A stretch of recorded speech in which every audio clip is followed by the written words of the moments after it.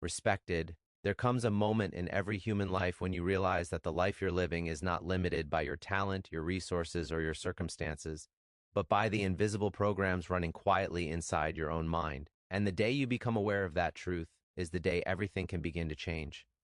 Let me take you back for a moment, not to a stage, not to success, but to confusion, to that silent frustration so many people carry in their chest. You wake up with ambition in your heart, dreams that refuse to die, visions of a better life that keep tapping you on the inside, yet somehow days turn into weeks, weeks into years, and those dreams remain just out of reach. Not because you didn't want them badly enough, not because you weren't capable, but because your brain was never trained to support the life you were trying to create. Most people believe success is about motivation. They think if they just push harder, hustle longer, grind more, something will eventually break through. But here's the uncomfortable truth. You can't outwork a brain that's wired for fear, doubt, and limitation. You can't force willpower to override subconscious programming forever. And the reason so many people feel exhausted, stuck, or overwhelmed is because they are fighting against their own neurological conditioning without even realizing it. I want you to imagine for a moment that your brain is not who you are, but a tool you've been using without a manual. From the day you were born, that tool was shaped by repetition, emotion, and environment. Every belief you absorbed, every emotional reaction you practiced, every story you told yourself about who you are and what's possible, slowly carved neural pathways that now run your life on autopilot. And autopilot, when it's programmed incorrectly, will always take you back to the same destination no matter how badly you want to go somewhere new. This is why people set goals every year and abandon them by February. This is why you promise yourself change and then fall back into old habits. This is why you can visualize success, yet still feel a knot of fear in your stomach when opportunity knocks. Your conscious mind may want growth, but your subconscious mind is designed for familiarity, and familiarity, even when it's painful, feels safer than the unknown. Here's the part most people never hear. Your brain does not care about your dreams. It cares about survival. It cares about conserving energy. It cares about keeping you within patterns it already understands. And when you try to grow, when you try to achieve something bigger than your past identity, your brain interprets that as a threat. So it sends signals, procrastination, self-doubt, distraction, anxiety, not because you're weak, but because your brain is doing exactly what it was trained to do. I know this because I lived it. I chased success from the outside, bigger goals, more knowledge, more strategies. But no matter how much I learned, there was an invisible ceiling I couldn't break through. And it wasn't until I stopped asking, what strategy am I missing, and started asking, what patterns am I running, that everything changed. Retraining your brain is not about positive thinking. It's not about pretending fear doesn't exist. It's about understanding that every goal you've ever wanted requires a version of you that may not yet feel normal. And the brain resists what doesn't feel normal. That's why growth feels uncomfortable. That's why discipline feels hard at first. That's why success often feels scary right before it feels exciting.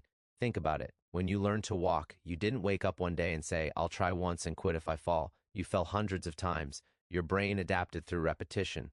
When you learned to speak, you didn't analyze grammar. You repeated sounds until neural connections formed. The brain learns through experience, emotion, and repetition. And the same process that wired limitation can rewire success. But here's the key. The brain does not change through information alone. It changes through emotionally charged repetition. You can read 100 books, watch 1,000 videos, attend every seminar, and still not change if the emotional signal is weak. The brain strengthens what you feel, not just what you think. This is why fear imprints so deeply. This is why traumatic memories last. And this is also why you can intentionally create powerful new patterns. When you understand how to engage emotion with intention, right now, somewhere in your life, you are running an identity that was built for an older version of you, a version shaped by past failures, criticism, disappointment, or scarcity. And every goal you set that doesn't match that identity feels heavy, because the brain always tries to protect identity before achievement. If you see yourself as someone who struggles, your brain will unconsciously sabotage success to keep the story consistent, not out of cruelty, but out of conditioning. So the real question becomes this: who do you believe you are when no one is watching? What story plays in your mind when you fail, when you succeed, when you're tired, when things don't go your way? Because those stories are not harmless thoughts. They are instructions to your nervous system. They are signals to your brain about how much effort to allow, how much risk to tolerate, how much success feels safe. And this is where retraining begins, not with goals, but with awareness. Awareness of the patterns that run your life. Awareness of the emotional habits you practice daily. Awareness that every time you repeat a thought with emotion, you are either reinforcing the past or building the future. Imagine waking up one day and realizing that your brain is no longer working against you, but with you. That discipline feels natural. That focus feels easier. That fear no longer controls your decisions. That your goals don't feel heavy. Why? But inevitable. This is not fantasy. This is neuroscience applied intentionally, but it requires something most people avoid. Sitting with discomfort long enough for the brain to learn that growth is safe, repeating new behaviors long enough for them to feel familiar, feeling the emotions of your future self before your environment catches up, because the brain believes what it experiences repeatedly, not what you wish occasionally. In the next part, we're going to go deeper. We're going to talk about how the brain actually forms habits, why willpower fails, and how you can start shifting your internal wiring in a way that accelerates your goals instead of exhausting you. This is where transformation stops being motivational and starts becoming structural. If you truly understood how your brain creates habits, you would stop blaming yourself for inconsistency and start respecting the incredible power you've been working against. Because habits are not about character. They are not about discipline.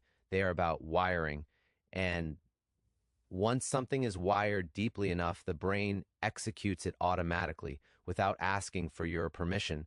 Every habit you have today was once a conscious choice. At some point, you chose to react a certain way, think a certain thought, or avoid a certain discomfort. You did it once, then again with emotion attached. And eventually your brain said, I've got this, and moved it into the subconscious. That's where most of your life now runs from. 95% of your thoughts, behaviors, and emotional reactions are recycled patterns from yesterday. And if yesterday keeps repeating, tomorrow can't change. This is why willpower feels like pushing a car uphill. Willpower uses the conscious mind, which has limited energy. The subconscious mind, on the other hand, is powerful, fast, and efficient. When the subconscious is programmed for success, action feels natural. When it's programmed for safety and limitation, even small steps feel exhausting. Think about how many times you've said, I know what to do, I just don't do it. That sentence alone proves this isn't a knowledge problem, it's a neurological one. Your conscious mind knows the goal, but your subconscious mind doesn't feel safe enough to support it. So it pulls you back toward comfort, scrolling, delaying, overthinking. Anything familiar? The brain is always asking one question beneath the surface. Is this safe? Not is this good for me? Not will this make me grow? But is this familiar enough to avoid risk? And growth, by definition, is unfamiliar. So when you try to change, your brain activates stress responses, increased heart rate, tight chest, mental resistance. That's not failure. That's learning in progress. Most people quit right here. They feel discomfort and assume something is wrong. But the discomfort is actually a sign that new neural pathways are trying to form. Your brain is literally rewiring itself, and that process requires RGY. The brain consumes more energy when learning something new than when repeating the old. So it tries to shut the process down. Not because it hates your goals, but because it's energy efficient. Here's the shift that changes everything. Instead of fighting resistance, you learn to train the brain gently but consistently. You stop trying to become a completely different person overnight, and you start becoming slightly better wired today than you were yesterday. Small repetitions, emotionally meaningful moments, consistency over intensity. Your brain learns fastest when three things are present: repetition, emotion, and focus. Repetition tells the brain these matters. Emotion tells the brain this is important. Focus tells the brain where to wire the connection. When you combine all three, change accelerates dramatically. This is why visualization works when done correctly, not because you're daydreaming, but because when you emotionally rehearse a future experience with focus, your brain activates the same neural circuits as if it were happening in real life. The brain does not clearly distinguish between real and vividly imagined experiences. It responds to emotion. That's why fear of something that hasn't happened can feel so real. And it's also why confidence can be trained before evidence appears. But here's the mistake most people make. They visualize the outcome, but they don't train the identity. They see the house, the money, the success, but they don't feel like the person who handles responsibility, pressure, and growth. So, When success approaches, the brain panics and pulls back because the identity hasn't been updated. Retraining your brain means rehearsing who you are becoming, not just what you are achieving. How does that future version of you think under pressure? How do they respond to failure? How do they speak to themselves when things go wrong? Those are the patterns that must be installed first, because the brain will always choose identity-consistent behavior. This is where emotional self-talk becomes critical. The words you say internally are not harmless. They shape your nervous system. When you say, "I always mess this up," your brain looks for proof. When you say, "This is hard, but I'm learning," your brain stays engaged. Same situation. Completely different wiring outcome. Every time you choose courage over comfort, even in small ways, you are teaching your brain a new association. You are telling it discomfort is not danger. And that message, repeated enough times, rewires fear into focus, anxiety into anticipation, resistance into momentum. Understand this deeply. You do not rise to the level of your goals. You fall to the level of your training. And training is not what you do once when motivation is high. Training is what you repeat when motivation is gone. That's when the brain learns permanence. There will be days when you don't feel like the future version of yourself. That's normal. On those days, consistency matters more than intensity. Doing something small while feeling resistance teaches the brain that action does not require perfect emotion. That alone is a breakthrough for most people. The fastest way to achieve any goal is not by forcing the outcome, but by becoming neurologically aligned with it. When your brain expects success, prepares for success, and feels safe with success, action flows naturally. Opportunities are noticed, energy increases, focus sharpens. Not because life became easier, but because your internal wiring changed. In the next part, we're going to talk about fear in a deeper way. Not fear as an enemy, but fear as a signal. We'll explore how to retrain your emotional responses, how to break the cycle of self-sabotage, and how to condition your brain to move toward goals instead of away from them. Fear has been misunderstood for most of our lives. We've been taught to conquer it, eliminate it, or wait until it disappears before we act. But fear is not a flaw in your system. Fear is a message. And when you learn how to listen to it instead of obey it, you unlock a level of personal power most people never experience. Fear is simply the brain's prediction of danger based on past data. That's it. It looks at previous experiences, emotional memories, and learned beliefs, and it tries to protect you from repeating pain. The problem is that the brain cannot predict growth accurately if it has never experienced it before. So when you step toward a new goal, your brain searches the past for reference, and if it finds uncertainty, embarrassment, rejection, or failure, it fills in the blanks with fear. This is why fear often shows up strongest right before a breakthrough, because the brain is approaching territory it does not yet understand, and the brain would rather keep you small and safe than expanded and uncertain. So it tightens your chest, it floods your thoughts with worst-case scenarios, it whispers reasons to wait, delay, or quit, not because you're incapable, but because you're evolving. The mistake most people make is personalizing fear. They think, this means I'm not ready, or this means I'm not cut out for this. But fear doesn't mean stop. Fear means pay attention. It means something new is happening, and newness is exactly what rewires the brain when handled correctly. Here's the shift that changes everything. Instead of asking, how do I get rid of fear? You ask, how do I train my brain to move forward with fear present? Because courage is not the absence of fear. Courage is the decision to act while fear is in the room. And every time you do that, you send a powerful signal to your nervous system that growth is survivable. Self-sabotage often hides inside fear, not because you want to fail, but because part of you is afraid of success. Success changes identity. It changes expectations. It changes how people see you. And the brain, which values predictability, resists those changes even when they're positive. So it creates delay, perfectionism, over-preparation. These feel productive, but they keep you stuck. Retraining your brain means recognizing these patterns without judgment. Judgment strengthens old wiring. Awareness weakens it. When you notice yourself procrastinating, instead of saying, what's wrong with me, you say, what is my brain trying to protect me from right now? That question alone shifts you from reaction to regulation.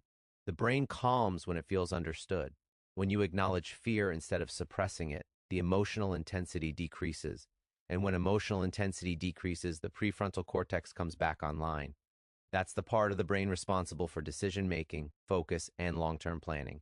In other words, calm creates clarity.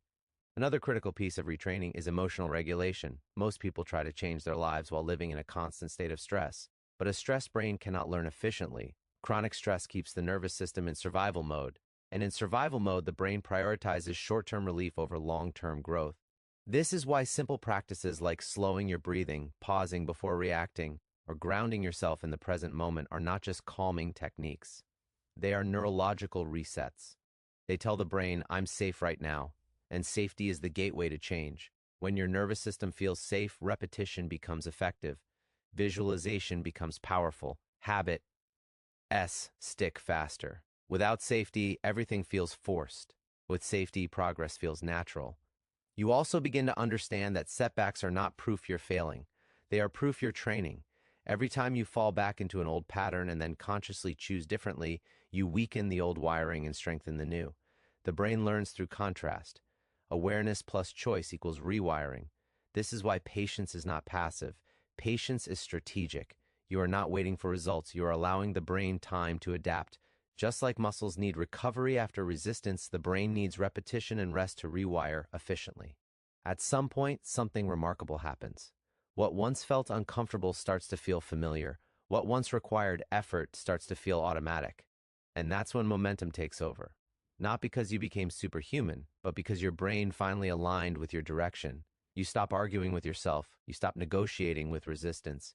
You act, not out of force, but out of identity. This is the moment when goals start moving faster than ever before, because the internal conflict is gone.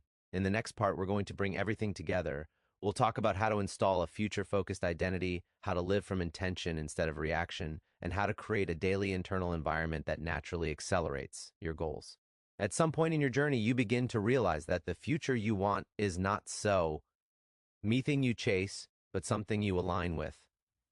And alignment is not about doing more, it's about becoming consistent internally. When your thoughts, emotions, and behaviors start pointing in the same direction, progress accelerates almost effortlessly. Installing a future-focused identity is the final and most important step in retraining your brain, because the brain organizes behavior around identity. If you see yourself as someone who struggles, the brain looks for evidence to confirm that story. If you see yourself as someone who learns, adapts, and persists, the brain looks for solutions. Same circumstances, different wiring. This is why the way you start your day matters more than most people realize. Not because of productivity hacks, but because the first emotional tone you set becomes the baseline your brain uses to interpret everything else. When you begin your day intentionally, even for a few minutes, you are choosing which identity gets activated. Future-focused identity is not about pretending you're already perfect. It's about choosing how you respond before life tests you. It's about deciding in advance who you will be when things get uncomfortable. The brain loves predecisions. They reduce uncertainty. And reduced uncertainty lowers resistance. When you mentally rehearse how you'll handle challenges, your brain creates reference points. So when the moment arrives, it doesn't panic. It recognizes. It says, I've been here before. And confidence is nothing more than familiarity with a response. Living from intention instead of reaction is one of the most powerful upgrades you can make. Reaction is driven by past conditioning. Intention is driven by future identity. When something triggers you and you pause instead of reacting, even for a second, you create a gap. And in that gap, choice lives. Choice is where rewiring happens. Most people think change requires massive action. But massive change is built on micro decisions repeated consistently, choosing to refocus instead of spiral, choosing to speak kindly to yourself instead of harshly, choosing to take one step instead of none. Each choice sends a signal to the brain about who you are becoming. Your internal environment matters more than your external circumstances. If your inner dialogue is chaotic, negative, or rushed, the brain stays in survival mode. But when your inner world is calm, focused, and purposeful, the brain becomes a powerful ally. This is where emotional alignment comes in. You begin to practice the emotions of your future self now, not because you're ignoring reality, but because you're training your nervous system for the life you're building. Gratitude, focus, curiosity, confidence, these are not rewards you earn later. They are states you practice daily. And the more familiar those states become, the faster your goals move toward you. Opportunities show up because you're alert enough to see them. Discipline sticks because it LS aligned. Persistence lasts because it's no longer forced. Eventually, you notice something subtle but profound. You no longer need external motivation to keep going. The drive comes from within, from identity, from alignment, from a brain that has been trained to expect growth instead of fear. This is the moment when you realize that success was never about luck or timing, it was about wiring. And wiring can be changed. You don't need to become someone else to achieve your goals. You need to remove the old programs that told you who you couldn't be. Underneath them, your potential has always been waiting. Now you move differently, you think differently, you respond differently, not because life is easier, but because you are stronger internally. And when the brain is trained to support your direction, speed increases naturally. This is how you achieve goals faster than ever before, not by forcing outcomes, but by becoming the person your goals require, by teaching your brain that growth is safe, by choosing intention over reaction, by aligning daily actions with future identity. And as you stand at this point, aware of your power, aware of your conditioning, aware of your choice, remember this: every moment is a chance to reinforce the past or install the future. And the choice is always yours. As you come to the end of this journey, I want you to pause for a moment and feel what you now understand at a deeper level. You were never broken. You were never lacking discipline. You were never incapable of change. You were simply operating with a brain that was trained for survival in an earlier chapter of your life, not for the expansion you are now ready to step into. Retraining your brain is not about fixing yourself. It's about freeing yourself from outdated patterns, inherited beliefs, and emotional habits that no longer serve the person you are becoming. The moment you realize that your brain is adaptable, responsive, and always learning, you reclaim your power. Because if it was wired once, it can be rewired again. From this point forward, every small choice matters. Every time you pause instead of reacting, every time you act despite fear, every time you speak to yourself with encouragement instead of criticism. These moments may feel insignificant, but they are shaping your future identity. And identity is what ultimately determines destiny. There will be days when progress feels invisible. Days when old patterns resurface. Days when doubt tries to convince you that nothing has changed. On those days, remember this truth: the brain changes quietly before life changes loudly. What you are practicing internally today is what will show up externally tomorrow. You don't need to rush this process. You don't need to be perfect. You only need to be consistent. Consistent in choosing growth over comfort. Consistent in choosing awareness over autopilot. Consistent in choosing the future you want over the past. One day, we'll look back and realize that the breakthrough wasn't a single moment of motivation. It was 1,000 small decisions to think differently, feel differently, and act differently. And that's when you'll understand that the greatest achievement was not the goal you reached, but the person you became along the way. So carry this with you. Your brain is not your enemy. It is your most powerful tool. Train it with intention, guide it with compassion, and align it with the life you truly want to live. Because when your mind is trained, your focus sharpens. When your focus sharpens, your actions align. And when your actions align, the life you've been reaching for no longer feels distant. It feels inevitable. Thank you for allowing this message into your mind and your heart. And now, the next move is yours.